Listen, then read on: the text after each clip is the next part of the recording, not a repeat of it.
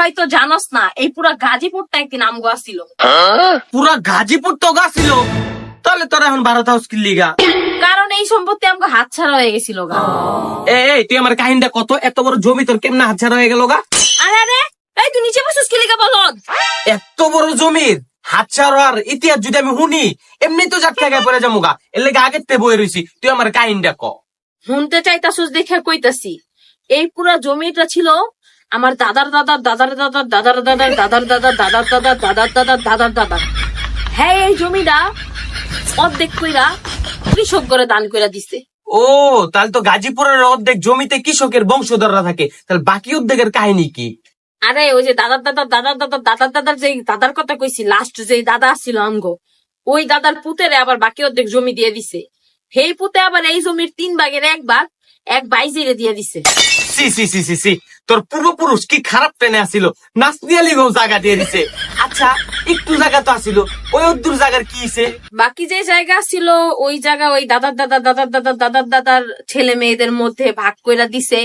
তারপরেও এই প্রজন্ম প্রজন্ম ঘুরা ঘুরাও কিছু জমি ছিল। কি রে, তুই তো কইছ জমি ছিল, তাহলে তোর বাপের জমি নাই কি লিগা?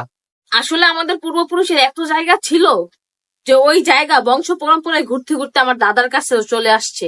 পরে আমার দাদা ওই সম্পত্তি আমার বাবা আর আমার চাচাকে ভাগ করে দিয়ে দেয়। কিন্তু আমার চাচা বেইমানি করে আমার বাপের কাছ থেকে সব সম্পত্তি লেখা নেয়। আজকে আমার চাচার কারণে আমরা নিঃস্ব। আমাদের এই শহরে বিঘায় বিঘায় জমি আছে, কিন্তু জমির মধ্যে আমাদের নাম লেখা নাই। চাচার কারণে আমাদের সবকিছু শেষ হয়ে গেছে। চাচা আমার বাবার সাথে নিমুখারামি করছে, বেইমানি করছে, বিদায় আজকে আমরা রাস্তার ফকির। কিন্তু দোস্ত, তোর তো কোনো চাচা নাই। এই বেটা, জমি হারানোর ব্যথা তুই কি বুঝবি বেটা? তুই তো এই শহরে ভাড়াটিয়া, তো তোকে জমি নাই দেখা তুই বুঝতে পারছিস না জমি হারানোর ব্যথা কত কষ্টকর। চাচা না থাকলে কি হয়েছে? বেইমানি করছে, বেইমানি করার লিগে কি চাচা থাকা লাগে নাকি? চাচার বেইমানিটাই যথেষ্ট। আমগো গোষ্ঠীতে সবাই বড় লোক, খালি আমার বাপ ছাড়া। যদিও সব গোষ্ঠীর লোকেরা একই কথা কয়, কিন্তু আমার কথা সত্য। আমগো জমি ছিল, চাচা মাইরা দিছে। আমার চাচা নাই, কিন্তু মাইরা দিছে জমি চাচা। না দোষ, ঠিক আছে, ফকিন্নিরা এমনি নিজেকে সান্ত্বনা দেয়।